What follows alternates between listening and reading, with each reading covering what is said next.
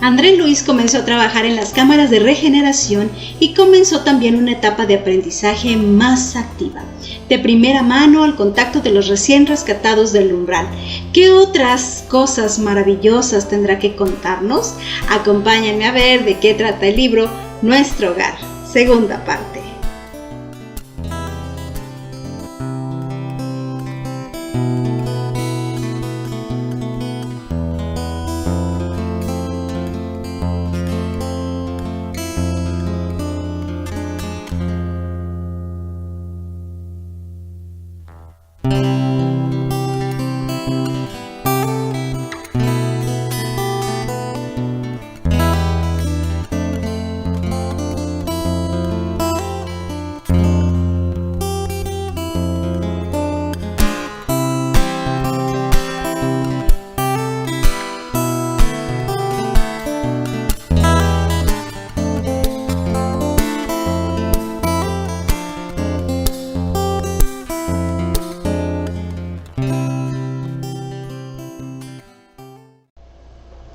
Muchas fueron las enseñanzas que se discutieron en el video anterior, pero todavía nos queda mucho por analizar, porque ese hecho, ese suceso del comienzo de trabajo de André, de su trabajo remunerado con los bonus hora, desató muchas cosas, muchos nuevos aprendizajes en él y muchas más experiencias que vale la pena echarles un vistazo de más cerquita. Durante su primera jornada de trabajo fue muy dura porque trabajó toda la noche. Estuvo trabajando toda la noche. Además de los casos ya narrados que ya les contamos en el video anterior, nos cuenta también que pudo ver algo que le parecieron fantasmas. O sea, en un descanso que él tuvo, salió a respirar un poco aire fresco, porque las cámaras de rectificación, como les digo, son subterráneas, el aire es un poco pesado, la atmósfera es pesada por las vibraciones de las personas que están recién rescatadas. Entonces en cierto momento pues él tomó un descanso, salió a respirar y le pareció ver algo que parecían fantasmas de luz, así que siluetas que andaban entre los bosques, y de verdad corrió asustado a resguardarse porque no tenía idea qué era eso, hasta que ya Narcisa le explicó, le dijo, no son fantasmas, o sea, ¿cómo crees? No, eran seres humanos cuyos espíritus en la tierra se desprendían a la hora del sueño, a la hora de que iban a dormir, y los llevaban a nuestro hogar. Y que por esa luminosidad que tenían, que irradiaba su espíritu, pues a André le parecía un fantasma.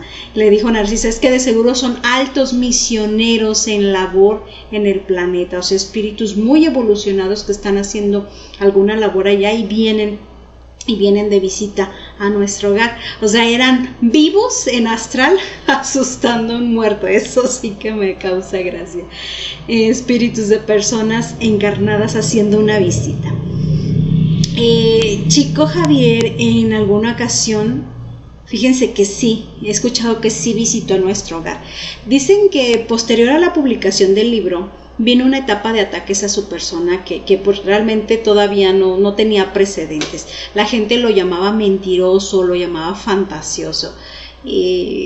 No sé, ustedes han visto todas estas informaciones que se dan en el mundo espírita, todas las informaciones que se dan en esta historia de nuestro hogar, y contrastan tanto con lo aceptado socialmente en las religiones convencionales que la gente simplemente no lo creía. Si no lo creen hoy en día, que hay mucha más apertura, ahora imagínense en aquellos tiempos de principios de 1940 y tantos, realmente era muy difícil. Lo atacaba la gente con esas lenguas afiladas que lanzan comentarios a veces sin pensar, sin siquiera tener en cuenta que hay una persona detrás, ¿no? Detrás de un trabajo, detrás de un libro, detrás de un video, hay una persona que pone todo su esfuerzo en hacer algo, en compartir algo positivo, y esas lenguas afiladas se fueron sobre de él, le dijeron de todo. Es una práctica común, ¿no?, entre quienes no comprenden ni valoran el trabajo de un servidor de la luz. Y tal fue el ataque a Chico Javier que él empezó a dudar de sí mismo, que llegó a pensar que que todo lo que había escrito en nuestro hogar a lo mejor eran locuras de él, de su cabeza, cosas que se había inventado, que estaba loco. Y por tal motivo, Emmanuel lo sustrajo de su cuerpo, sacó el espíritu de su cuerpo y lo llevó para que conociera la ciudad. E incluso le dijo, hasta aquí, no puedes pasar más hasta cierto lugar de la ciudad. Dice, no puedes pasar de este lugar porque si lo haces vas a desencarnar. Hasta aquí puedes ver como visitante, más ya no. Y después de eso, bueno, él adquirió una fuerza y una creencia en sí mismo, una fe en sí mismo, que ya ningún comentario, ninguna crítica a su persona lo hizo dudar. Y vaya que él fue duramente atacado. Había personas que dicen que llegaban hasta él y le decían cosas horribles en su cara, le decían mentiroso. Es más, en una ocasión una persona llevaba un arma y estaba dispuesto a matarlo. El chico lo sabía porque la evidencia que él tenía, las capacidades que él tenía, no las alcanzamos a comprender. Desde que la gente estaba formada en la fila, él sabía perfectamente a qué iba cada persona. Él podía ver mucho más allá, veía las energías emanando de los cuerpos, veía los pensamientos, podía ver más allá de lo evidente, como dice por ahí el dicho, pero sí. Y sabía cuando venía formada esa persona, sabía que traía un arma y que venía a matarlo. Y cuando llegó esa persona le dijo, haz lo que viniste a hacer, o sea, sin ningún miedo, sin ningún temor, se lo dijo. Y esa persona simplemente no pudo. A ese grado, ¿no? De no solamente estás en tu libertad si no quieres creer lo que la doctrina espírita expone, lo que cualquiera de nosotros que difundimos la doctrina espírita decimos, estás en toda tu libertad, pero de eso a estos ataques y hay mucha distancia, ¿no? Pero bueno, en fin, Chico Javier sí visitó nuestro hogar, lo pudo ver con sus propios ojos y eso aumentó la fe en sí mismo y en el trabajo que él estaba haciendo, ¿no? Otra experiencia que André Luis vivió esa noche de su primera noche de trabajo, que estaba bien emocionado por estar ahí en las cámaras de regeneración, fue que vio llegar una de las caravanas de rescatistas provenientes del umbral. Dice que venían en carruajes antiguos y eso se le hizo raro. Dijo, ¿por qué no usan el aerobús? O sea, si tenemos tecnología de punta, ¿por qué no la usan? Y Narcisa le dice, es que es como si en la tierra tú quisieras usar un avión para meterte al agua. Son medios, son atmósferas diferentes. Para el agua está el submarino, para el aire está el avión. Dice, acá la atmósfera del umbral es muy densa como para que entre el aerobús. Entonces se prefiere usar transportes antiguos. Entonces iban este tipo de carruajes tirado por mulas, nos dicen, tirado por mulas y acompañados por perros, porque sí, van a creer que sí, había animales en nuestro hogar. Se mencionan mulas, se mencionan perros y se mencionan aves grandes, hermosas que surcan los cielos. Hay animales, los espíritus de los animales en el plano espiritual dando servicio, porque también ellos dan servicio.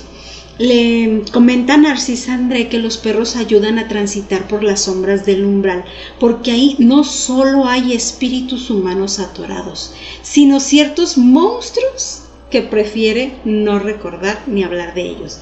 En varias partes de la literatura espírita hemos visto que hacen referencia a algo más, a zonas más oscuras en el umbral, que les llaman zonas de tinieblas, y a monstruos y a seres extraños. Yo he tratado de encontrar más información al respecto, pero sinceramente no hay mucho. Es algo de lo que nadie quiere hablar, que lo dejan así como que ponen una pequeña información aquí, otra pequeña información allá. ¿Se acuerdan? En el libro, creo que de Liberación, se hablaba de los dragones, de estos seres que se hacían llamar los dragones, que eran los justicieros del Padre, que queda ahí la duda de quiénes son, la ciudad esta malévola que tienen ahí. Todo eso es un tema aparte que de verdad no he encontrado información al respecto.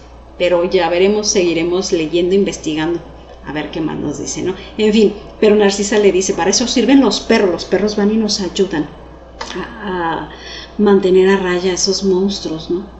dando su servicio a los perritos. Y resulta que de la caravana que llegó en ese momento, entre las personas rescatadas venía una señora mayor que se veía una persona muy religiosa porque se persignaba todo el tiempo y oraba y daba gracias a Dios por ser rescatada del purgatorio, y repetía mucho esta palabra purgatorio, que es clásica de las personas de creencia católica, ¿no? Entonces a todas luces se veía que ella era una persona católica. André, un tanto ansioso de hacer más, de demostrar que vale, de querer trabajar, como ese primer día en el trabajo que estás, que quieres demostrar, yo sí puedo, quiero hacer. Entonces se puso a querer hacer más con esta persona, a conversar con ella, a tratar de hacerle entender ciertas verdades trascendentales, como en alguna vez lo hicieron con él cuando él fue el recién llegado, ¿no? Pero pues es que él todavía no tenía ese tacto especial que hay que tener para hablar con las personas, y la verdad terminó complicándose, ya que la señora empezó a contar toda su historia y a envolverse en esa energía de autocomplacencia, de que yo soy muy buena, yo soy la mejor, yo no tenía por qué haber pasado por eso, ¿no?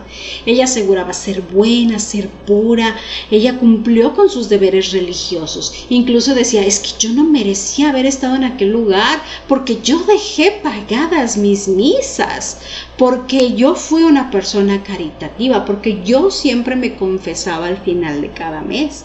Y entonces André la invita a reflexionar en este entendido de que aquí no hay injusticias, de que a cada quien le toca vivir lo que creó para sí mismo. Entonces él la invita a reflexionar si no había por ahí algunas acciones en su vida que le hayan causado incomodidad, que no fueron del todo buenas, que a lo mejor dolieran un poquito en el alma, o que dijeras, creo que por esto, ¿no? Y ella dice, no, para nada, yo soy súper buena, yo soy, ya saben, caritativa y todo.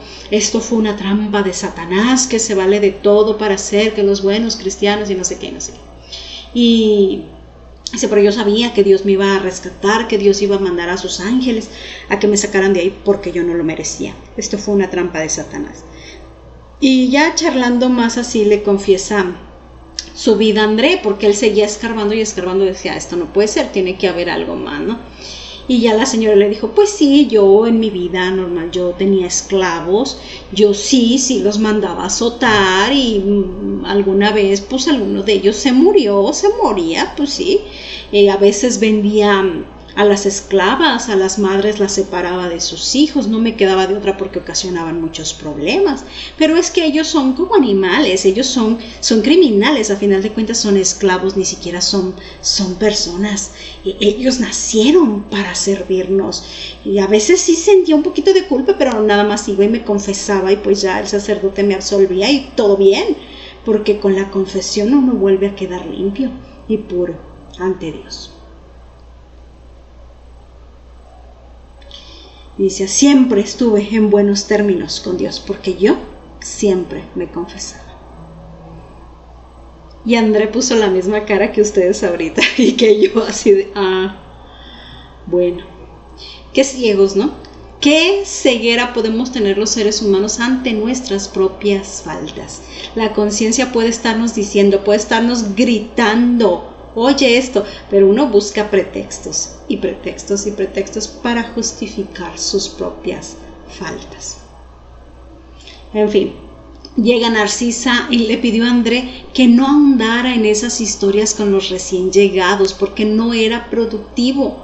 No te llevaba a ningún lado, solo los envuelves en una atmósfera de quejadera y de quejadera. Dice, es mejor darles por su lado, decirles, sí, sufriste mucho, pero mira, eso ya se acabó, ya tú aquí vas a estar bien. Le das los primeros auxilios que se le deben dar y ya, dice, no vale la pena estar removiendo pasado, removiendo dolores. Ellos poco a poco tienen que ir entendiendo las cosas. Y pues ya Andrés se quedó, no, pues que sí, ya vi que por ahí no va el asunto, pero está bien, o sea, se vale, pues es como en la vida, ¿no? Uno se equivoca y aprende. Y dices, bueno, no lo vuelvo a hacer, ya busco otra manera más efectiva, ¿no? Ahí mismo, entre los rescatistas que llegaron del umbral, André reconoció a un viejo conocido, a Don Silveiro. Era un hombre que había sufrido la crueldad del padre de André. O sea, por una deuda, el papá de André lo dejó en la quiebra. Y dice André que él recuerda cómo la esposa de ese señor de don Silveiro fue a su casa a rogar un plazo más largo para pagar porque el hombre estaba enfermo. Y la esposa ahí rogando y rogando, pero su papá fue implacable. Dice, incluso mi mamá se metió a defender a la señora, a pedirle a mi papá compasión, y eso y lo otro. Y dice, mi papá regañó muy feo a mi mamá por tratar de intervenir, porque eso eran cosas de hombres en lo que ella no tenía que opinar. Y Andrés se moría de vergüenza con ese señor porque decía, es que yo era muy joven en ese entonces y la verdad yo apoyaba a mi papá. Yo hasta pensé, mi mamá es una débil, mi mamá, ay sí, mi mamá no, uno tiene que cobrar y todo. Dice, y ahí sentí la vergüenza al ver a este señor. Que andaba de rescatista, que andaba rescatando personas en el umbral del Señor. Dice, pues ni modo, pues aprovechó la oportunidad, aprovechó la ocasión para pedirle perdón en nombre de su padre, en nombre de él, y para dejar atrás el pasado y rehacer esos lazos de simpatía entre ambos. Todo por consejo de Narcisa, que le dice, es que para eso son estos encuentros, para eso nos encontramos con las personas que lastimamos en la tierra. Son oportunidades divinas para corregir los lazos de amistad y de empatía. O sea, estuvo súper intensa esa primera jornada de trabajo de Andrés, vivió experiencias de todo. Y al salir por la mañana, porque les digo que se quedó toda la noche, se fue a descansar y todavía resulta que durante el sueño tuvo un desprendimiento. Sí, o sea, lo dices, ellos en espíritu tienen desprendimiento porque nosotros aquí tenemos el cuerpo materia y cuando te desprendes se desprende el periespíritu. Y ellos, pues es que ellos allá también tienen un cuerpo materia de otro tipo de materia, que es el periespíritu. Y se desprende otro cuerpo de ellos para viajar en el sueño, porque también duermen y también sueñan. Entonces Andrés se queda dormido y de repente sale parte de él. ¿Qué parte? ¿Cómo decirte? No lo sé. Pero sale energía de él y se va a soñar y se va a visitar a su mamá en un viaje astral. Ella, como sabemos, está en una dimensión superior, así que la visitó en un puerto al cual llegó en un barco. Andrés se soñó que iba en un barco, que un hombre iba remando y lo llevó hasta un puerto donde estaba su mamá. Desciende y nos describe un bosque maravilloso con una alfombrilla de flores en el pasto, con unos árboles increíbles y unas maravillas que nuestros ojos no han visto, ¿verdad? Todavía. Y se encuentra ahí con su mamá. Feliz la señora porque su retoño ya está trabajando, porque ya se está encaminando en el bien ahí en nuestro hogar. Y le recomienda eso. Dice, apártate de los entretenimientos ociosos y dedícate a trabajar, porque el tiempo bien usado tiene sus recompensas. Y ahí le extiende explicaciones más profundas sobre lo que es el bonus hora, que es una cosa maravillosa. El bonus hora es más de lo que nos hemos imaginado hasta ahorita, más de las explicaciones que nos habían dado, que yo espero haberlo comprendido bien para poder compartirlo con ustedes. Resulta que el bonus hora es más que solo un pago o una recompensa para las cosas en su vida, porque sabemos que el bonus hora le sirve para adquirir mejor ropa o comida o gustos que quiera darse, conciertos, conferencias, merecimientos de una casa, merecimientos de todo tipo. Sí es una remuneración al trabajo físico, pero eso es solo una parte del bonus hora. En realidad también las horas trabajadas tienen otra finalidad más superior, más sublime. Son contabilizadas, sí, por los administradores de las ciudades.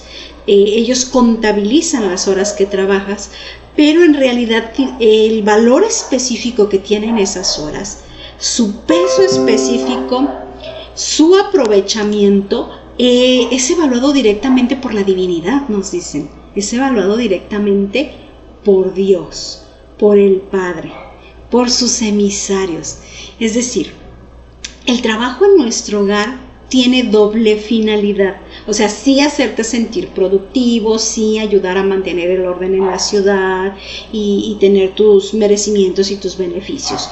Pero el otro objetivo más sublime es refinar tus virtudes, pulir tu espíritu. De ahí que se analice ¿qué tanto se aprovecharon las experiencias dejadas por esas horas de trabajo? Porque dicen, hay quienes trabajan 5 años, pero aprovecharon tanto y crecieron tanto con esas experiencias que parece que trabajaron 50. Entonces esos 5 años les valen más porque su valor es relativo, porque fue tan productivo el aprendizaje que les va a valer más, que tienen un mayor peso. Y al revés, dicen, habrá quien trabajó los 50 años y salió igual que al principio, sin haber aprendido nada. Entonces, aunque haya trabajado 50 años, en realidad no le van a contar tanto para eso, para la adquisición de virtudes, del merecimiento ante la divinidad. O sea que este valor relativo del bonus hora está directamente conectado con el aprovechamiento, con la superación espiritual. Entonces, el bonus hora es más que un sistema de pago, no es solo un sistema de pago, es también un sistema de perfeccionamiento espiritual. A medida de cada quien, cada persona lo aprovecha, le saca el jugo que quiera, digámoslo así. No sé si me di a entender, es algo así como que hermoso, ¿no? Pero es hermoso. Y es hermoso porque me di cuenta que aquí también tenemos bonus hora, ¿no? Que acuérdense que nos están contabilizando todo. Entonces todo lo que hagamos por el prójimo, por la divinidad, por el servicio, por los demás, cuenta. Por eso la mamá de André le dice, Dios concede sabiduría al que gasta el tiempo en aprender y da más vida y más alegría a los que saben renunciar. Y bueno, André feliz con sus conquistas en el trabajo, con sus conquistas espirituales, laborales y más aún porque consigue permiso para ir a una conferencia. Una charla de una de las ministras más grandes, más iluminadas de toda la ciudad, la ministra Veneranda, que nos cuentan que es la habitante más antigua, que tiene 200 años de servicio activo ahí en nuestro hogar, ininterrumpidos, y que es la única en esa ciudad que ya ha tenido la oportunidad de ver en persona al Maestro Jesús en otras dimensiones, por supuesto, y que se sabe muy poco de ella, de esa historia, porque ella en realidad no cuenta nada de sí misma. Es muy discreta, es muy humilde y es muy trabajadora. Lo que sí saben es que ella lleva 1000 años trabajando e intercediendo por su clan familiar que está encarnado acá en la tierra, ¿no? Que ella está muy al pendiente de lo que hacen ellos. No se sabe si baja, reencarna hacia algo, no se sabe en qué sentido. Por la discreción que ella mantiene con su vida, no se sabe mucho, pero que es una de las trabajadoras pues más incansables de nuestro hogar, ¿no? Que tiene, o sea, miles, millones a lo mejor de bonus hora acumulado por el trabajo que ha hecho. Y André junto con Narcisa, la enfermera, van a verla a un auditorio que está en el medio del bosque. Es un auditorio que ella diseñó, que la ministra Veneranda diseñó ahí en medio del bosque, así en un campo abierto nos lo describen, con las butacas hechas de troncos, cubiertos de flores, una cosa espectacular. Que incluso nos dicen que ese auditorio es motivo de visita turística de otras ciudades espirituales, o sea que van exclusivamente de otras ciudades espirituales a ver esa maravilla de auditorio en nuestro hogar. Y en esa conferencia la ministra Veneranda les habló de la importancia del pensamiento como lenguaje universal y como fuerza creadora de nuestra realidad. Dice, y esa fuerza creadora siempre debe de ir seguida por la acción. O sea que no solamente te quedes pensando, hay que actuar, ¿no? Pero el pensamiento, dice, es un lenguaje universal. Si nosotros tuviéramos la telepatía, pues podríamos comunicarnos con todos. Dice, los seres evolucionados se comunican a través de la telepatía, se comunican a través del pensamiento. Por eso es el lenguaje universal y es una fuerza creadora de nuestra realidad. Y dijo una frase que me pasé de verdad horas horas analizando, o sea, paré la lectura, me fui a hacer mis quehaceres, mis cosas, y la frase la traía ahí dando vueltas y vueltas y vueltas, tratando de comprender, desarmando, viendo el trasfondo de todo lo que nos quiso decir, porque en nuestro hogar, de hecho en el mundo espiritual, no solo en nuestro hogar, las personas como que tienen una capacidad mental mucho mayor a la nuestra y de repente encadenan una cantidad de conceptos abstractos que nos cuesta trabajo descifrar. Me costó trabajo, y tenía esta frase ahí dando vueltas. En fin, la frase es esta. Dice Veneranda en su conferencia: el pensamiento es fuerza viva en todas partes, es atmósfera creadora que envuelve a padres e hijos, a la causa y a los efectos en el lugar universal. En él se transforman los hombres en ángeles camino al cielo, o se hacen genios diabólicos camino al infierno. Y dije, bueno, ok, lo pensé, dije, vámonos por partes, no vamos a ver por partes. Primero, dice, el pensamiento es fuerza viva, nuestra primera frase. El pensamiento es fuerza viva. O sea que no solo son ideas que se quedan ahí en el silencio de nuestra mente.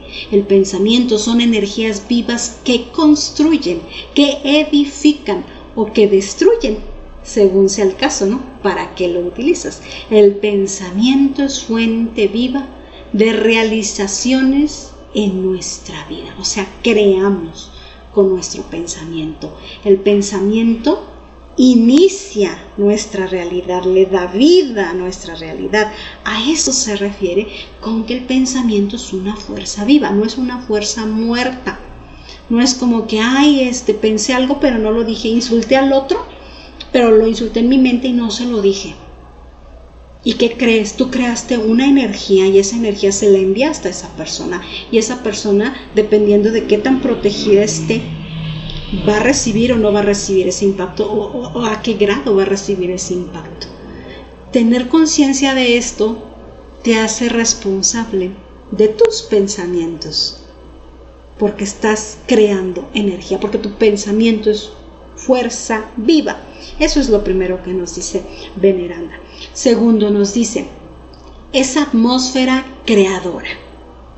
Y me viene a la mente la ya famosa psicoesfera. ¿Se acuerdan que ya la hemos estado mencionando en los distintos análisis que hemos hecho?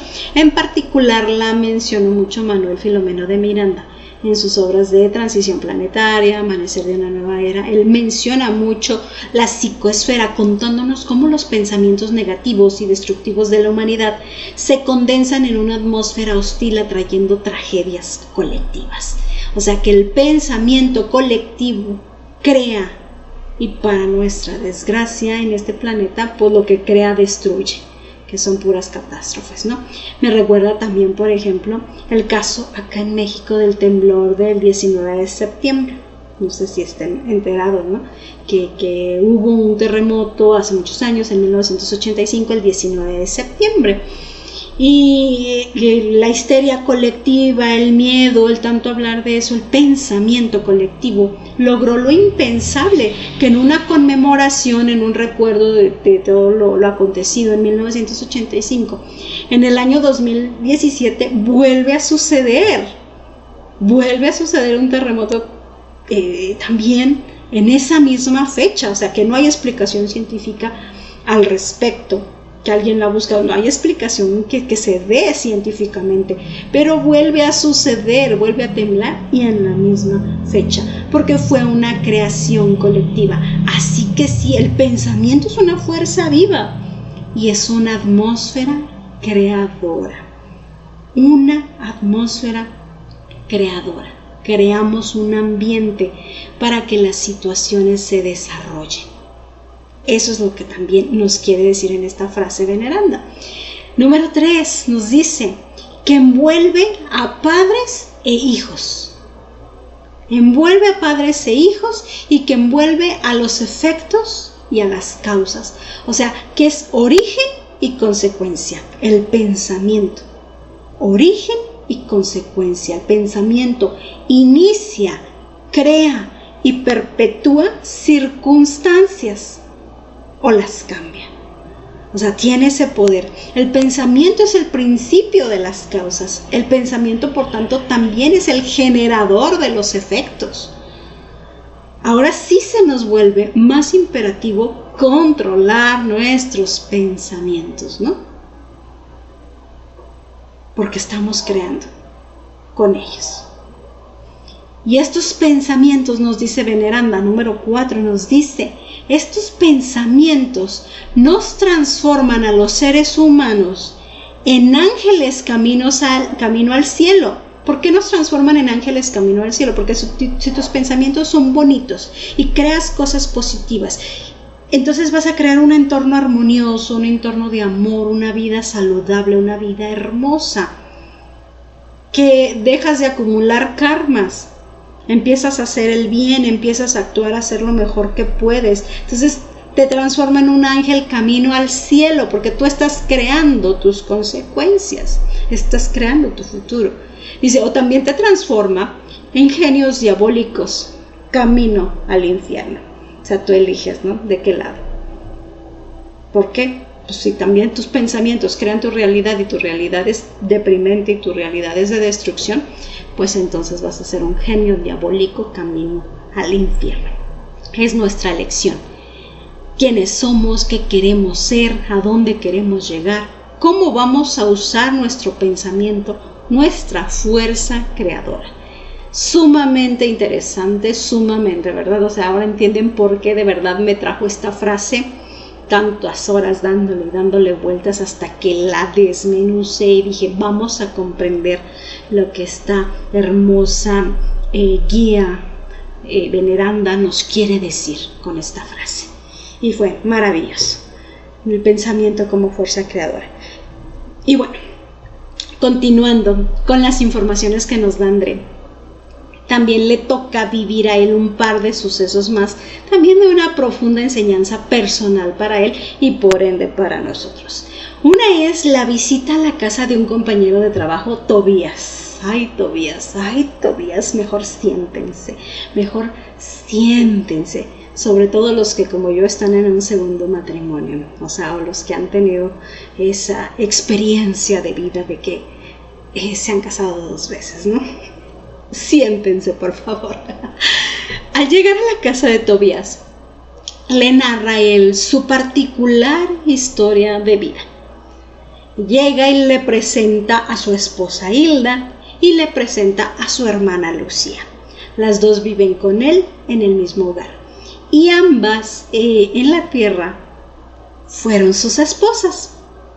¿Cómo lo oyen? Sí, como lo oyen. Ambas fueron sus esposas y ambas viven con él en la misma casa. Ese es uno de los tantos casos donde el hombre se casó 2 veces y allá pues, se encuentra con las 2 esposas. ¿A poco no alguna vez se hicieron esa pregunta? Oye, ¿qué pasa si existe el cielo? Si yo me casé 2 veces, ¿con quién me voy a quedar? ¿Lo pensaron alguna vez? ¿Lo pensaron? Bueno, en el caso de Tobías, él primero se casó por amor con Hilda. Se casó, fue feliz, tuvieron hijos, pero Hilda falleció tras dar a luz a su segundo hijo. Y luego él, ya viudo, se casó con Lucía por necesidad de ayuda con los hijos y con el hogar. Duró 1 año viudo y luego pues se casó, ¿no? Hilda, la primera esposa, narra su calvario personal, pues ella se resistió a abandonar a la familia, aunque ya había muerto, pues como espíritu desencarnado se quedó ahí pegado con ellos, sufriendo y viendo cómo el hombre se volvía a casar. Y sintió unos celos infernales que la llevaron incluso a atentar contra la vida de Lucía, o sea, la nueva esposa.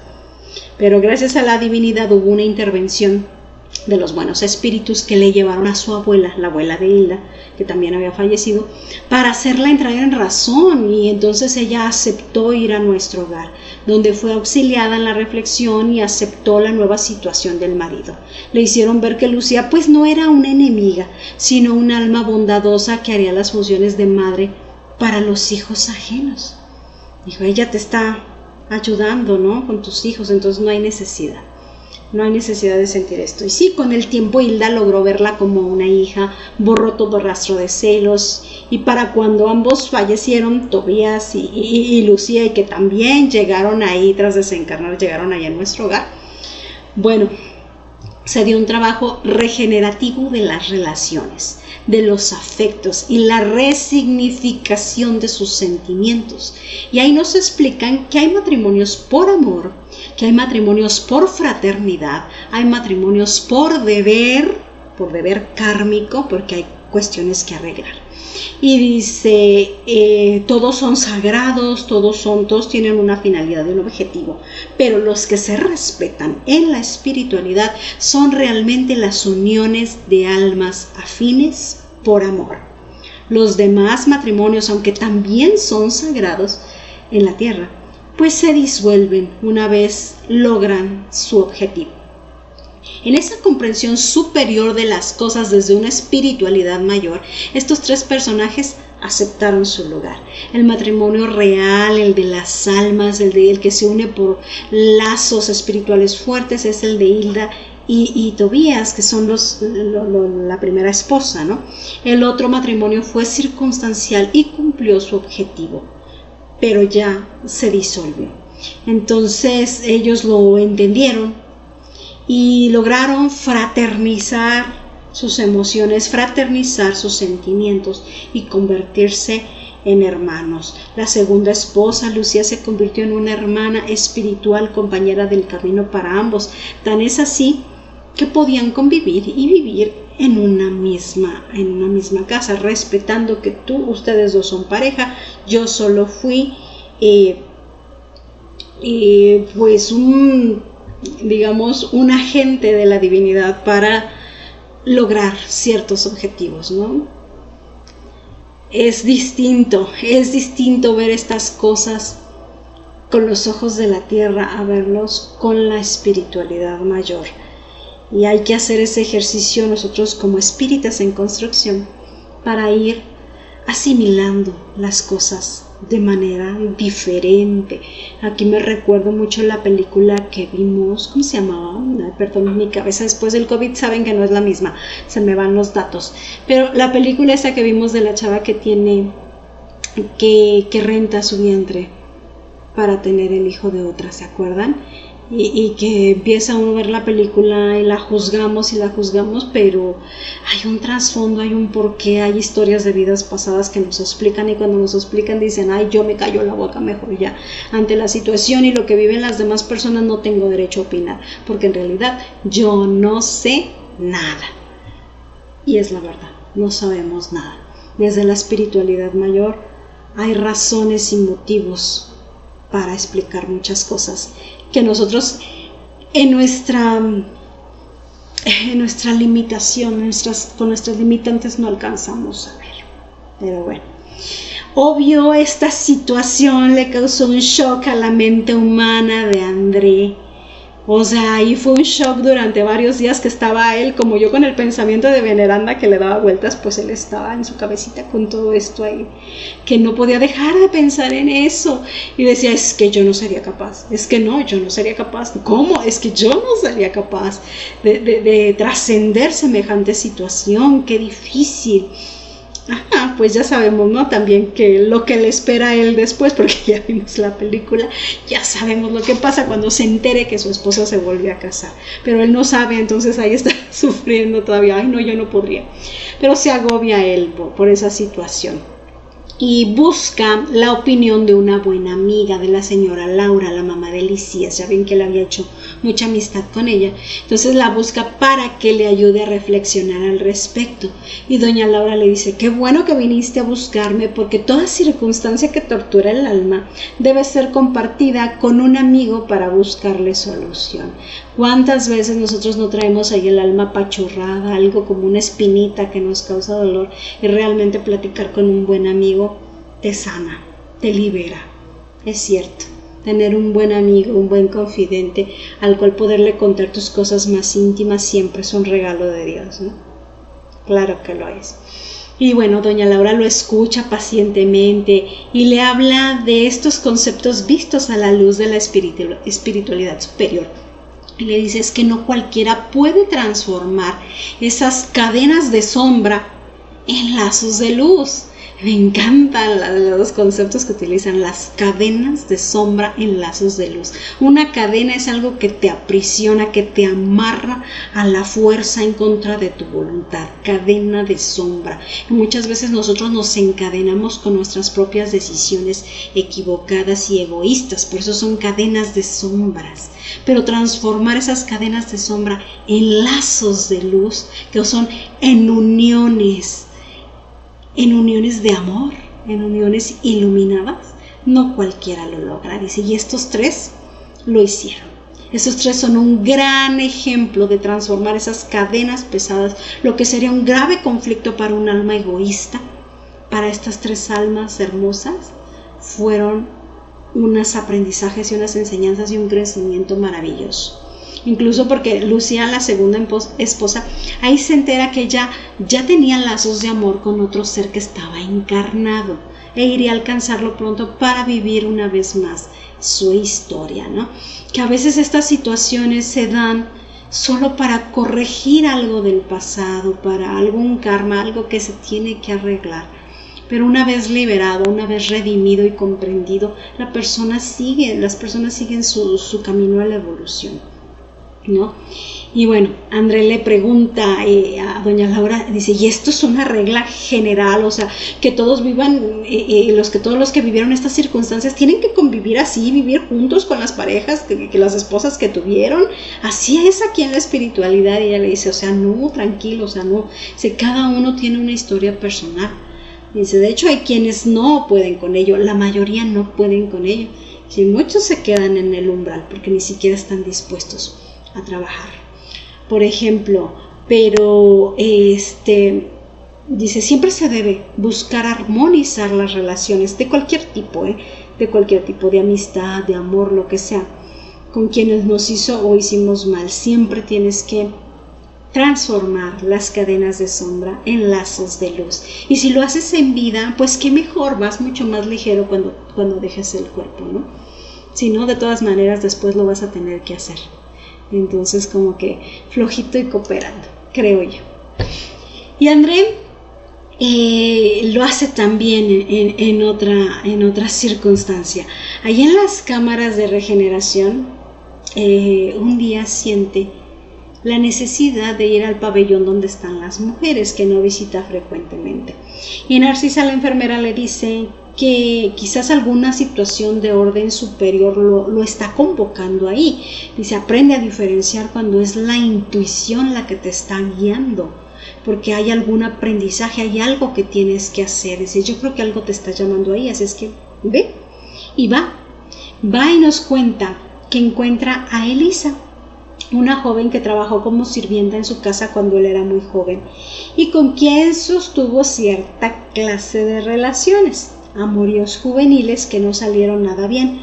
Así que tuvo oportunidad de acercarse a ella y ayudarle sin revelarle quién era él, aprovechando que ella estaba ciega, tenía como unos meses que había sido rescatada del umbral, estaba ciega, estaba sufriendo, estaba en malas condiciones. Y él la escuchó desahogarse, la escuchó contar su historia triste de vida, la escuchó contar sus errores y mencionarlo a él, mencionar su nombre como un parteaguas en su vida, que la hizo tomar decisiones peores cada vez y que la llevó en esa espiral de destrucción.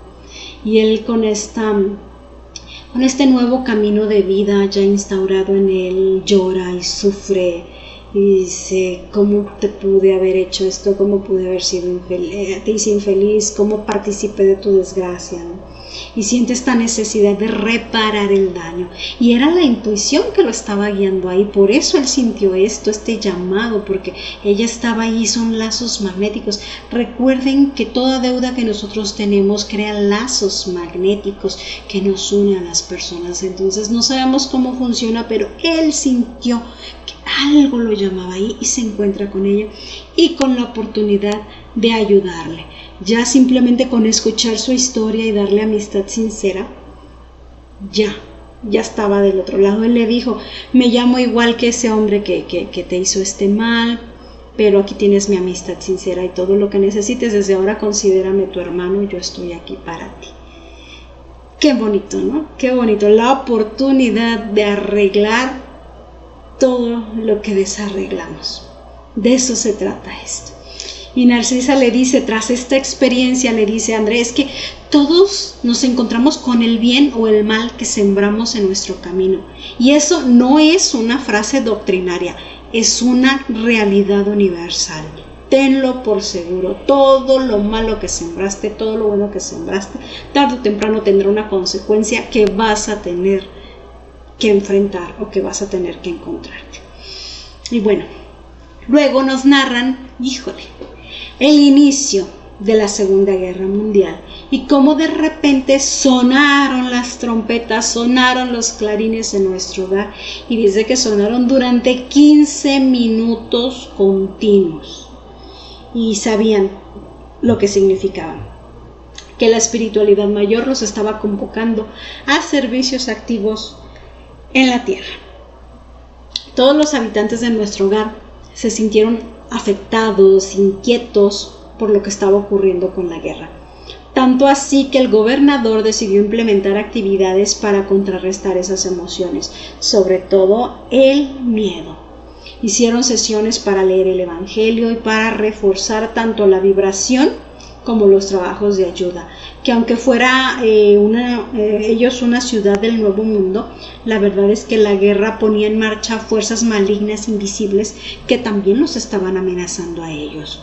Ahí en la espiritualidad no hay fronteras políticas, no las hay en el mundo espiritual. Entonces toda esta oscuridad estaba afectando a los seres del umbral, que estaban también enardecidos y querían apoderarse también de las ciudades espirituales. Siempre estaban ante esa amenaza, pero esta vez con tanta fuerza que cobraron las energías negativas, pues sí había peligro real, ¿no?, de que esto sucediera. Entonces por eso el gobernador de nuestro hogar pidió 30,000 trabajadores extras para ir a ayudar a los umbrales, dice, para ir a controlar la situación allá, atenderlos allá y no traerlos acá a la ciudad, para no permitir que se acerquen, porque sí está la cosa difícil. Al parecer, sí, cuando hay este tipo de guerra, las fuerzas oscuras se hacen más fuertes, se sobresaltan y sí, pues las ciudades espirituales corren un peligro real. En una de las reuniones para leer el Evangelio y combatir el miedo, André conoce a un misionero que acababa de regresar de los umbrales en la zona de Polonia, donde nos comentan que fueron los primeros bombardeos y donde estaba la situación peor en ese momento. La zona más afectada de momento en la guerra era esa. Y escuchan los horrores que les cuenta este misionero llamado Benvenuto. Benvenuto les cuenta y les dice que jamás en su vida él había visto tanto dolor. Les dice que los países atacantes son imanes de fuerzas malignas a donde acudían estos espíritus malvados del umbral y se apoderaban de las mentes de los soldados.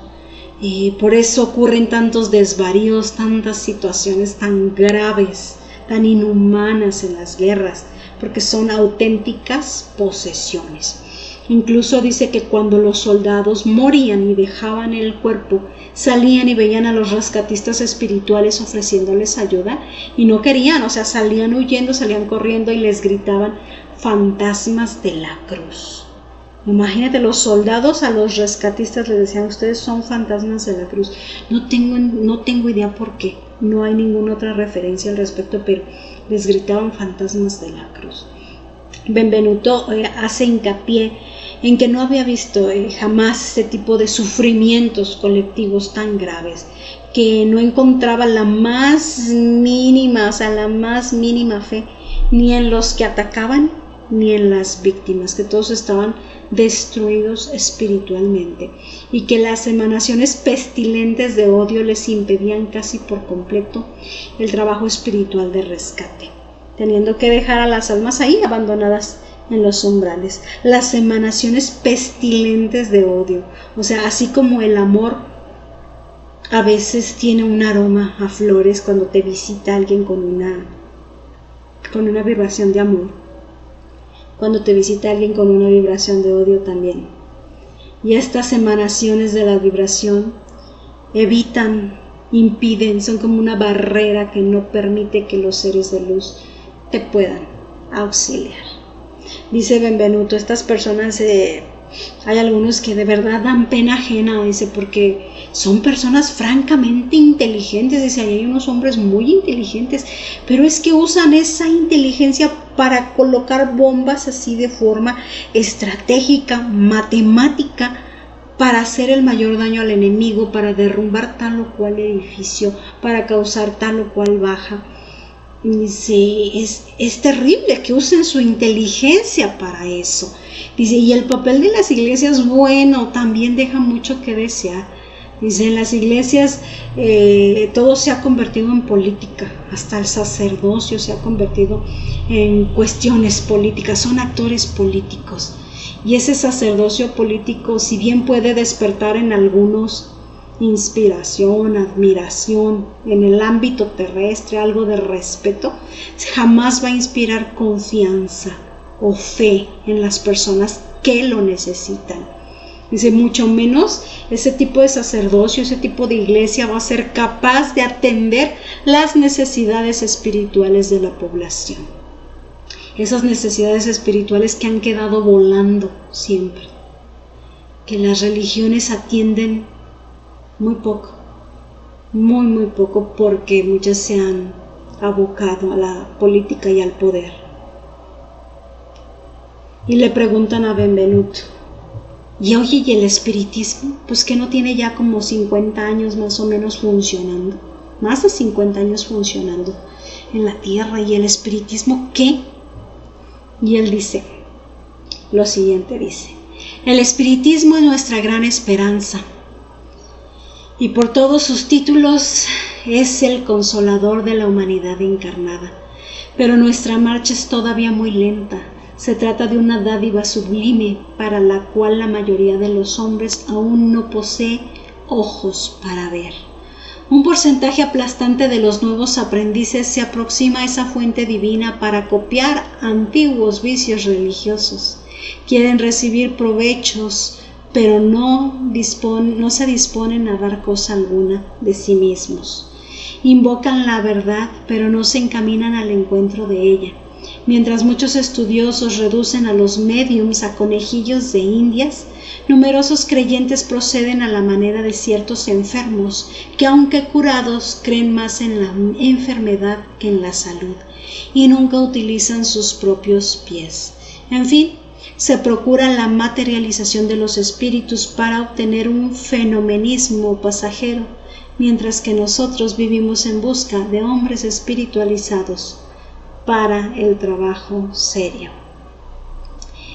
Un grave problema que tienen los espíritus misioneros, y lo hemos visto en la literatura espírita, es que buscan personas con verdadera fe, verdadero compromiso y ética moral cristiana. Buscan esta clase de médiums y de personas y de servidores para ellos incluirlos en su misión. Sabemos que los misioneros espirituales necesitan también de las manos encarnadas aquí que hagan trabajo por ellos. El que dicta un libro necesita la mano que va a recibir el mensaje, ¿no? Necesitan a los encarnados, somos equipo, pero tienen el grave problema de que la mayoría de las personas que tienen una mediunidad activa, fuerte, se pierde, se va por otro camino, por el materialismo, por el orgullo, por el fanatismo, y no se pone a servicio real de la espiritualidad. Y ellos dicen, nosotros vamos buscando gente comprometida, gente espiritualizada para el trabajo serio, y solo encontramos charlatanes que se prestan a los fenómenos, como fenómeno de feria, como fenómeno de circo, de vengan, yo materializo a fulano, yo recibo mensajes de alguien más grande, de alguien con renombre, de esto, del otro, y si no se prestan al trabajo serio. Hay muchos seguidores, simpatizantes del espiritismo, pero quienes sean espíritas de verdad, muy pocos. Ya sabemos lo que implica, ¿no? Ser un buen espírita, ser un espírita de verdad, es un nivel muy alto un compromiso muy alto, moral, de comportamiento cristiano. Y no cualquiera está dispuesto a ese tipo de servicio y de renuncia. Y es un problema. Dice, es una esperanza. El espiritismo es una esperanza porque lleva el mensaje de una forma más pura, de una forma más íntegra, de una forma más sencilla, porque llega al corazón de las personas, porque eso tratamos, ¿no? De quitar tanta maraña de política, de cosas absurdas que las religiones han puesto ahí encima para llegar y hablarle a tu corazón y decirle, somos espíritus inmortales, para decirte, no existe la muerte, para decirte, aquí están ellos, los espíritus de luz, comunicándote, diciéndote que lo único que importa es el amor. Estamos ahí trabajando eso, y esa es la esperanza que quiere sembrar, es la semilla que quiere sembrar el espiritismo, esa nueva esperanza de que no todo se acaba cuando te mueres. En fin, pasa el tiempo, más o menos un año, nos dice André, ya por 1940. Él siguió aprendiendo, trabajando en las cámaras de regeneración, recibiendo visitas de su madre, asistiendo a conferencias, clases o actividades recreativas como conciertos y pensando de vez en cuando todavía en la familia, con ganas de ir a visitarlos, pero la verdad no se atrevía a pedir permiso para ello porque dice, si yo tuviera ya el merecimiento ya me hubieran dicho que fuera, dice, así es que mejor me cierro mi boca, me callo y sigo trabajando, cuando yo merezca ellos me van a dejar ir. Y sí, la que sí consiguió permiso para su nueva reencarnación fue ni más ni menos que su mamá, y fue a informarle, decirle que iba a volver a la tierra para ayudar a su padre. Dice, ya lo agarramos del umbral, ya lo sacamos de ahí, él ya fue obligado a reencarnar. Sí, obligado. Y Andrés se extraña, dice, ¿obligado, madre? ¿Pero eso es lícito? Y yo también me lo preguntaba, porque decía, ¿cómo obligado? Que no el libre albedrío es máximo, o sea, no sé. Y esta fue la respuesta que la mamá de André le dio. Le dijo, hay reencarnaciones que tienen carácter drástico. Aunque el enfermo no se sienta valeroso, hay amigos que lo ayudan a tomar el remedio santo, aunque sea muy amargo. Con relación a la libertad limitada o la violación del libre albedrío, dice, el alma puede invocar ese derecho solamente cuando comprende el deber y lo practica.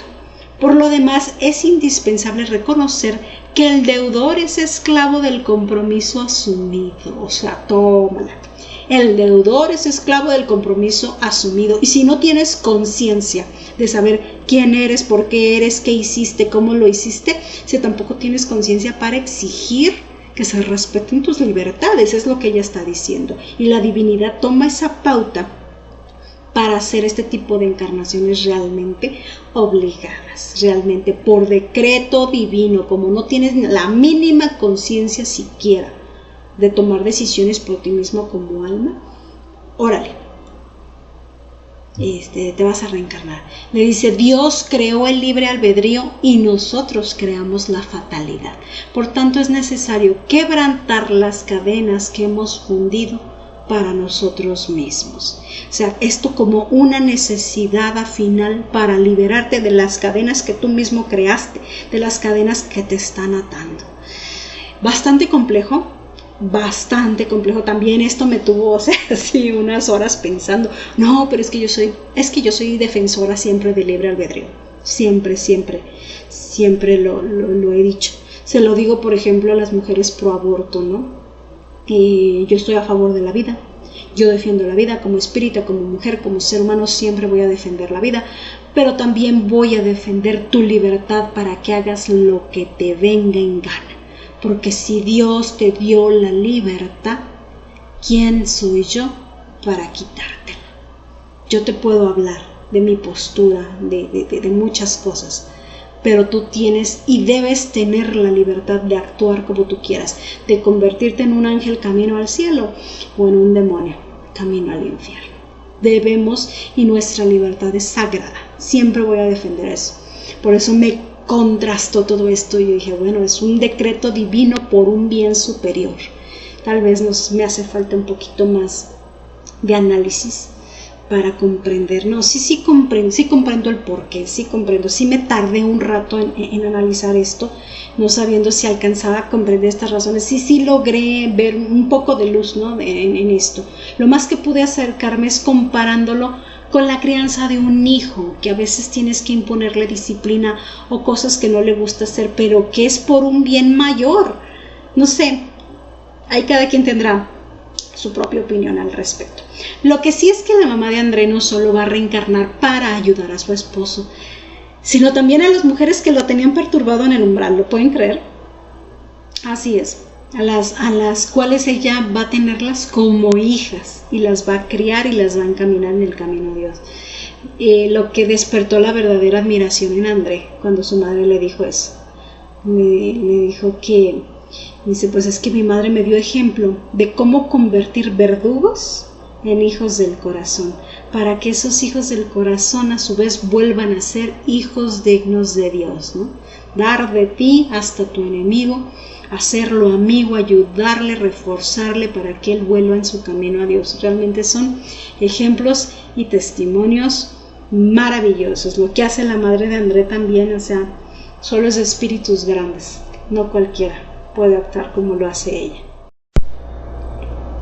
A la que también le había llegado su tiempo de reencarnar era doña Laura, la mamá de Lisias. Le hicieron una fiesta de despedida, todos le agradecían, algunos, los más iluminados, los más sabios, le daban recomendaciones, cómo mentalizarse para el éxito y no dejarse abatir por las incertidumbres y los miedos. Es que pensando más detenidamente, la verdad sí ha de ser aterrador, ¿no? Saber que te vas a meter en una misión tan compleja y a ciegas con el velo del olvido. O sea, nosotros como humanos llegamos a pensar en la muerte. Cada quien tiene una relación diferente con el tema de la muerte. Pero ponte en su lugar, o sea, allá no es la muerte, allá es la vida. Vas a regresar a la vida. Las experiencias que vas a vivir, lo que vas a hacer, o sea, el cuerpo que vas a tener, es volver a empezar desde ser niño, es otra cosa que yo nunca había pensado en eso. Entonces ella ya 1 o 2 días de aventarse a esta misión y con el velo del olvido, que eso es lo más complicado. Dicen que ella contaba con el beneficio de muchas horas de experiencia, muchos bonus hora, miles de ellos, que le garantizaba ciertas concesiones, ¿saben? Ciertos merecimientos, sobre todo en el área física, en el área de la salud, que por tantos merecimientos le permitieron planear ahí unas cosas, dice, de no tener tanta influencia de la herencia genética, porque la herencia genética es kármica. Tienes que vivir ciertas cosas, ciertas condiciones de familia por los karmas colectivos que tienes ahí. Y entonces a ella ya le permitieron dispensar ciertas cuestiones genéticas por su propio merecimiento. Pero aún así, es que es una labor titánica la que le esperaba. Y por momentos ella sí se dejaba abatir ante la idea de fracasar, porque pues tú planeas y planeó todo cómo iba a ser, que iba a encontrarse con su esposo, a casarse, a tener estos hijos, a todo esto, pero dice, y si fracaso, y si no funciona, tanta planeación, tanto para... Era una gran preocupación.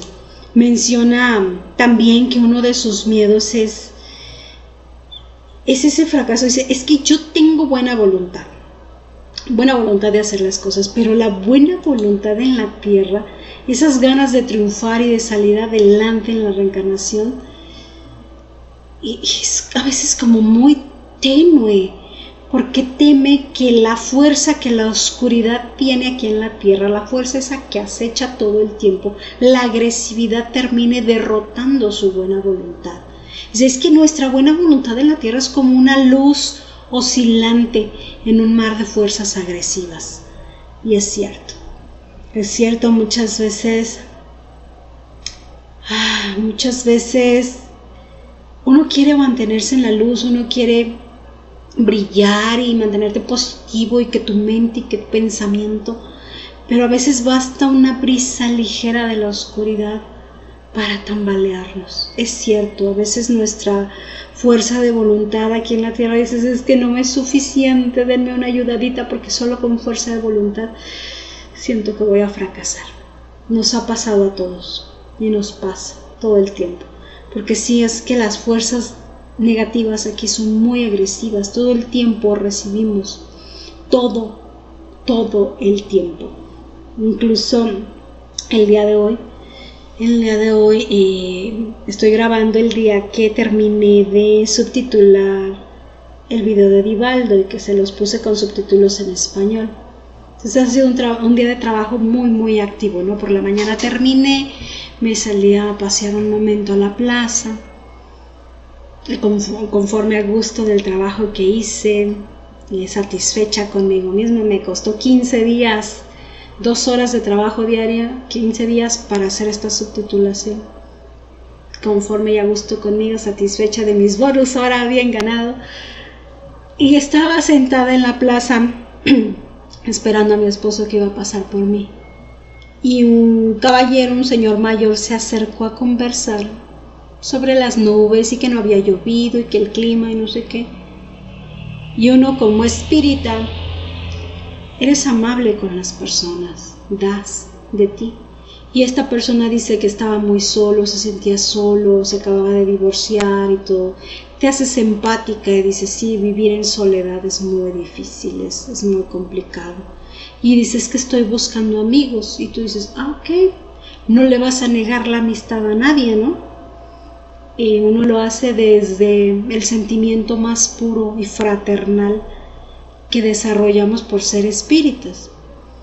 Y le dije, deme su número de teléfono para contactarlo con mi papá, que también es una persona mayor y que también es nuevo en esta ciudad y busca amigos y no tiene con quién platicar. Y a mí se me hizo una buena idea, ¿no? Juntar 2 soledades de 2 caballeros de edad madura para que hicieran amistad. Yo lo vi con mis ojos de espíritu, pero este señor lo vio con sus ojos terrenales. Y lo que vino a continuación pues fue muy desagradable, ¿no? Me sentí en peligro en cierto momento, sí. Esta persona me quería llevar a su rancho, a su propiedad, pues casi a la fuerza, era tan insistente. No me tocó, no nada, pero sí, estaba muy insistente. Y le dije, no, pues yo me reía tratando de controlar la situación y de tomarlo a broma, porque creí que era broma. Y le dije, no, yo estoy esperando a mi esposo a venir porque vamos a ir a comer. Y él decía, no, pero es nomás tú, no tu esposo. Y le dije, bueno, pues si quiere hacer amigos se lo presento a él, ahorita que venga platica, tiene tantas ganas de platicar. Y ya no sabía yo cómo hacer o cómo actuar. Y este señor insistía, ¿no? Y dije, ¿en qué momento ser amable con alguien, ser empático? ¿En qué momento compadecerte de su soledad y ofrecerle amistad se transforma en otra cosa en la mente de alguien que tiene esta enfermedad mortal llamada humanidad? Somos demasiado humanos. Y ahí me dio un sentimiento muy fuerte cuando ya logré librarme de esta persona. Y me dio un sentimiento muy fuerte. Porque dije, entonces, ¿qué? ¿Vuelvo a sacar mis espinas como un nopal? ¿No me toques? ¿Vuelvo a sacar mis espinas ante las personas? Porque yo antes así era, a mí nadie, no te me rimes, no quiero amigos, no nada, de lejecitos. Quité esas espinas, el espiritismo me ayudó a ser una mejor persona, a compadecerme por los demás, a ayudar. Y constantemente, no es la primera vez, me han pasado varias veces. Y las personas piensan otra cosa. Y te vienes abajo. Y dices, yo estoy tratando de cambiar, yo estoy tratando de ser una persona más empática, un mejor ser humano. Yo soy seguidora del Maestro Jesús. Yo no puedo despreciar a alguien o tratarlo mal o humillarlo, decirle, pero tampoco quiero estar expuesta a este tipo de cosas. Me dejó muy sentida, muy sentida. Me sentí me sentí agredida porque apenas se fue esta persona, recibió una llamada de teléfono de esas extrañas que son como tipo extorsión. Entonces dije, no puede ser, o sea, yo venía feliz de que acabo de hacer un trabajo bonito para ustedes, para compartir, y de repente los ataques, las fuerzas agresivas del entorno estaban encima de mí, tratando como de consumir esa alegría, de no te sientas alegría, ve la porquería del mundo en el que vives, ve que no puedes vivir tranquila, hay amenaza aquí, hay amenaza acá, hay amenaza acá, no puedes ser espírita. El mensaje de trasfondo es, no puedes ser espírita, no puedes ser tan buena, no puedes hacer lo que el Maestro Jesús te dice, porque estás en peligro.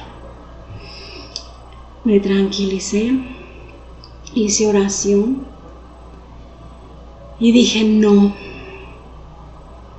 mis conquistas espirituales son mías, y si el mundo no las entiende, y si el mundo agresivo no lo entiende, es su problema, no es mío. Yo no voy a dar un solo paso atrás y no voy a dejar que estos ataques del exterior me quiten las ganas de seguir haciendo lo que amo hacer, que es compartir y aprender con ustedes. Ni voy a dar paso atrás en lo que ya logré como persona. Pero entiendo perfectamente lo que dice la señora Laura aquí en esta parte. Entiendo eso de sentir que tu buena voluntad no es suficiente. Yo antes sentía eso, que a las buenas personas se las devora el mundo. Pero tenemos que encontrar el punto para defendernos y para estar con la cabeza en alto, siendo espíritas sin dar un paso atrás. Y si me vuelve a suceder, yo me quedé sin palabras y me quedé pasmada y solo me reía porque no sabía qué más hacer con esta persona. Pero si me vuelve a suceder, con toda la dignidad que me da ser una mujer espírita, seguidora del Maestro Jesús, le voy a decir: el hecho de que yo lo esté tratando con dignidad como persona no significa que usted me pueda hacer este tipo de propuestas y que me hable así. Yo soy seguidora del Maestro Jesús y yo tiendo la mano al que necesita. Yo sé lo que es vivir en soledad y eso es terrible. Yo sé que su alma está sufriendo y qué tan grande ha de ser su sufrimiento que se atreve a pasar por encima de su propia dignidad para hablarle a una mujer de esa manera, y una mujer que solamente le está tendiendo una mano fraternal. Con toda la dignidad que nos da este conocimiento, podemos poner límites sin necesidad de humillar, sin necesidad de pasar por encima de la dignidad de una persona. Porque este mundo y sus agresiones y su negatividad no nos puede derrotar. El espiritismo nos está ayudando a tener esta fortaleza energética, espiritual, mental, pero sobre todo de amor. No podemos perder el amor ni la buena voluntad por más que los demás nos quieran atacar. Y es una lucha constante. Y entre más tú te entregues a este estudio y más hagas la caridad y más trates de ser como el Maestro Jesús y más sigas su ejemplo, más te van a atacar. Eso te lo puedo firmar. Sabes a lo que te estás metiendo, pero sabes que vale la pena. Vale la pena, porque aquellos que nos quieran atacar van a tener que bajar la mirada avergonzados cuando les demuestras lo que es ser un verdadero ser digno, un verdadero ser de amor. Y fue hoy una experiencia maravillosa, que me asusté, me paniqué en el momento. Yo ya me hacía que me llevaban a no sé dónde, que me iba a pasar no sé qué, pero aprendí y sentí ahí las fuerzas, y siento ahorita aquí rodeada, me siento rodeada de estas fuerzas, de estos maravillosos maestros, guías que no me abandonan, Y lo sé, porque ayer tuve 3 avistamientos, 3. Salí, vi la nave, la saludé y le dije, hola, somos hermanos en la fraternidad universal. Y brilla la nave así, me avienta un brillo precioso. Somos hermanos en la fraternidad universal. Y esa es nuestra defensa. Si les pasa algo así, ¿sabes qué? Yo te ofrezco amistad. Y somos hermanos en la fraternidad universal. Nada más. Si tu cerebro enfermo entiende otra cosa, esa no es mi responsabilidad. Triste, pero perdón que ya me extendí un poco por contarles esta experiencia, pero de verdad son pruebas que nos pone la oscuridad para hacernos caer, para hacerme regresar a esa soberbia que tenía antes. Yo como persona tenía esa soberbia y trataba muy mal a la gente, y por un momento quiso el monstruo que tengo encadenado ahí, quiso salir y gritar y decir, ¿por qué me tratas así?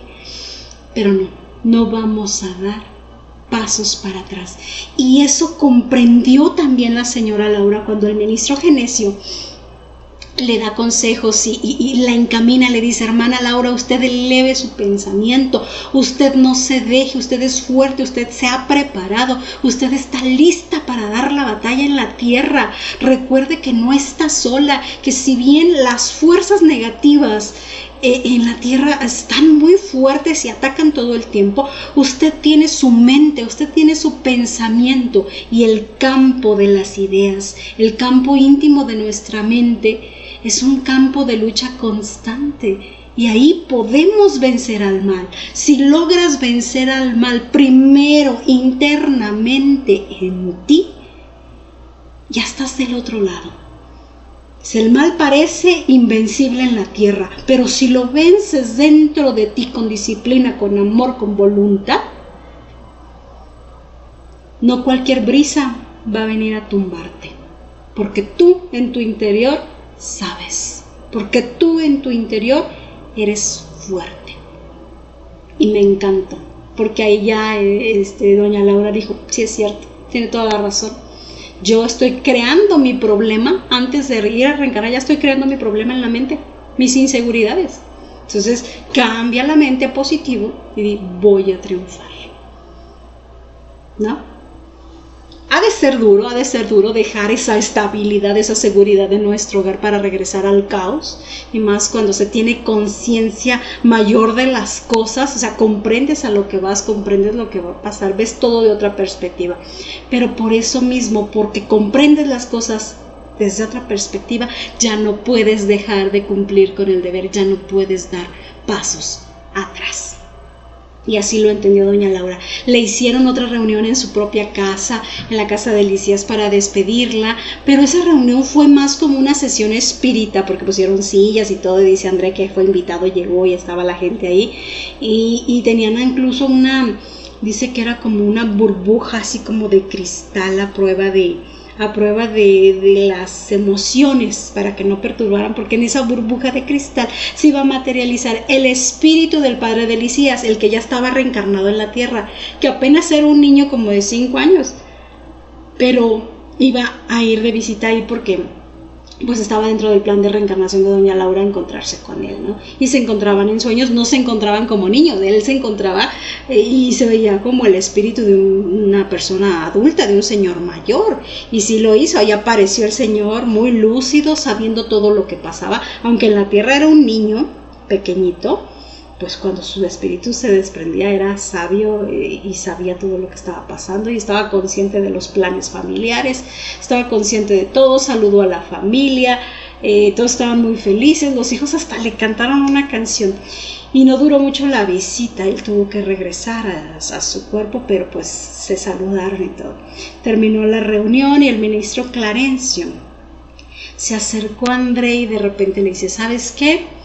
Fíjate que mañana voy a ir a llevar a doña Laura a la tierra para su reencarnación, y dice, quiero invitarte para que vayas conmigo y por fin puedas visitar a tu familia. Y no, pues Andrea, al fin, feliz, al fin va a ir a visitar a su familia y ya saben lo que va a pasar, ¿no? Clarencio lo deja por ahí, cerquita de su casa, le dijo, tienes una semana de plazo para hacer tus visitas, para hacer lo que quieras, yo voy a venir a verte todos los días, a ver cómo estás, y pues ya saben, ¿no? Y él llega a su casa, encuentra todo cambiado, había sido borrado todo rastro de él, toda fotografía, todo lo que recordara a él por orden del nuevo esposo de Celia, el doctor Ernesto, habían quitado todo. Y el doctor Ernesto estaba gravemente enfermo, estaba en cama, muy mal. La hija mayor de André era la única que recordaba a su papá, era la única que hablaba de él, se había vuelto espírita. Y por esa razón la familia la acosaba, porque la familia no quería saber nada de espiritismo, de religiones, de nada. A ella la acosaban por ser espírita. Le decían, no, los muertos están y ya no hables de eso, ¿no? Andrés se llevó muchas decepciones de un solo golpe al ver todo eso, pero supo sobreponerse. Él quería odiar a este intruso, al doctor Ernesto que estaba con su esposa, él lo quería odiar, pero dice, ya no puedo. Algo cambió dentro de mí, yo no puedo odiar. El Maestro Jesús me ha tocado el corazón, el Evangelio me ha tocado el corazón y yo no puedo.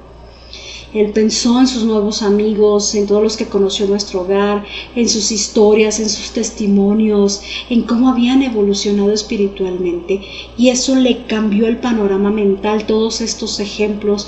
Él pudo observar a Celia, su antigua esposa, ya como una nueva hermana en la fraternidad universal, igual que al esposo enfermo, quien además nos dice que estaba siendo obsesado por 3 entidades oscuras que permanecían ahí al pie de su cama, haciéndolo enfermar más. André quería ayudarlo, quería quitar estas entidades, pero en realidad no sabía cómo, no tenía idea, así que él recordó que podía comunicarse a distancia, que le habían dicho que por medio de la telepatía se puede comunicar, si estás en la misma patrón vibratorio, te puedes comunicar con alguien. Entonces él oró y le habló a Narcisa, a la enfermera de las cámaras de rectificación. Dice, es que ella de seguro sabe qué hacer en estas circunstancias. Dice, al cabo de la oración y pasados algunos minutos, Narcisa llegó hasta ahí, le aplicó unos pases al enfermo, lo desligó de esas entidades y llevó a André afuera al patio. Y dice André que de repente vio que convocó algunas presencias, algunos espíritus que llegaron, y ella le aclaró, dijo, ellos son guardianes de la naturaleza. Dice, sí, porque hay espíritus guardianes específicos para la naturaleza. Dice, ellos me dieron información importante. Dicen que por aquí hay unos árboles de eucalipto y de mango. Y fueron ante los árboles y le enseñó a André cómo obtener nutrientes de ellos, cómo sacar la energía de la naturaleza. Y dice André que la vio sacar energía de los árboles y manipularla para llevarla hasta el enfermo, así como si fuera una transfusión de energía natural para llevarla al enfermo. Y que ese procedimiento lo hicieron durante toda la noche, dando como resultado que el enfermo amaneció mucho mejor al día siguiente. Ese acto de caridad, esa decisión de André, él pudo haber regresado al umbral, él pudo haber decidido odiar en ese momento, pero decidió amar. Ese acto de caridad, de ver a su esposa como hermana y de aceptar su nueva condición y de ayudar al nuevo esposo de Celia, le llenó el corazón a André de una manera, de unas emociones indescriptibles, al grado que sin haber recibido clase previa, él aprendió a volar solito, saliendo ese día de ahí con Narcisa, voló y se fue a nuestro hogar. Entonces ya todos los días iba y venía el resto de esa semana, que tenía permiso en el trabajo para ir y venir, iba y venía todos los días a nuestro hogar para seguir ayudando al enfermo y ayudando a su familia. Hermoso, ¿no? Hermoso lo que un acto de amor él puede ser tu acto de redención. Me recuerdo aquí del final del personaje ¿cómo se llamaba el hermano de Alcione en Renuncia? Ay, Dios mío, ojalá los pudiera escuchar ahorita, porque ¿cómo se llamaba? Se me fue. El que era el muchacho, se me olvidó por completo. Bueno, ¿saben a quién me refiero, no? Al muchacho que había reencarnado, que se redimió. Es que él se redimió en un acto de amor cuando lo atropellaron y él perdonó al que lo había atropellado, ¿recuerdan? Que dijo, no fue su culpa, libérenlo. Ese fue su acto de redención y murió, y por ese acto de amor, o sea, un acto de amor no sabemos cuál nos puede abrir las puertas del corazón. Y eso le pasó a André, que ese acto de aceptar a su esposa, al esposo de su ex esposa, fue maravilloso. Lo que él pensaba antes, ¿no? Con Tobías, cuando supo la situación de Tobías, es: yo no sería capaz de esto. Por eso no lo habían dejado ir. Él dijo: por eso no me habían dado permiso. Bien sabe, es que en la espiritualidad ya todo está analizado y todos saben. No te van a decir haz esto y es algo que te va a meter en líos si saben que no estás capacitado para enfrentar esa situación. Entonces, hasta que vieron que él tenía la fuerza espiritual para soportar esto, fue que le dieron el permiso. Y aún así, es tu libre decisión. Él podía decidir odiar o amar. Y tomó su decisión: la persona que quiero ser, lo que yo hoy quiero ser, lo que yo soy. ¿Soy o no soy? ¿Soy espírita o soy...? Ya decían por acá: ¿eres hombre o eres payaso? Le decía yo a mi sobrino cuando era pequeñito: ¿es hombre o payaso? Y me decía: soy payaso. Pues es hombre o payaso, es hombre o es espírita. Somos espíritas. Y así lo entendió André. Y bueno, pues aquí viene el final. Este es el final de nuestro hogar y se los voy a leer palabra por palabra, sin llorar, por favor, no lloren. Bueno, lágrimas de felicidad son permitidas. Dice: al finalizar la semana llegaba a su término mi primera licencia de servicios de las cámaras de rectificación. La alegría había vuelto entre los cónyuges que pasé a estimarlos como hermanos. Era preciso, pues, regresar a los justos deberes. A la luz adormecida y cariñosa del crepúsculo, tomé el camino de nuestro hogar totalmente modificado. En aquellos rápidos 7 días aprendí preciosas lecciones prácticas en el culto vivo de la comprensión y la fraternidad legítimas. La sublime tarde me llenaba de magnos pensamientos. ¡Qué grande es la providencia divina!, decía monologando íntimamente. ¿Con qué sabiduría dispone el Señor de todos los trabajos y todas las situaciones de la vida? ¿Con qué amor atiende a toda la creación? De momento, algo me arrancó de la meditación a que me acogiera. Más de 200 compañeros venían a mi encuentro.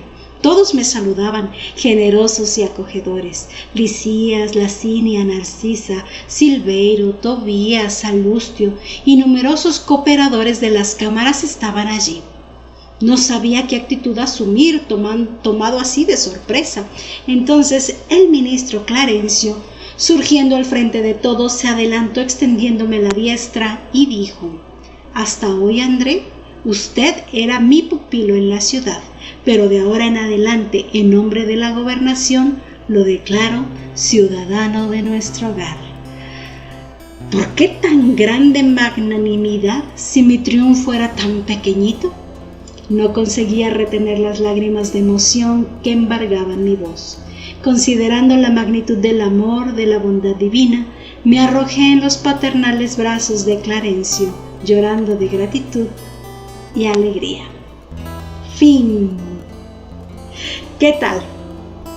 ¿Qué tal? Así o más hermoso. Tremendo el testimonio de Carlos Chagas, nuestro querido André, que nos permite ilusionarnos y ya no asustarnos con la idea de la muerte, que como tal no existe.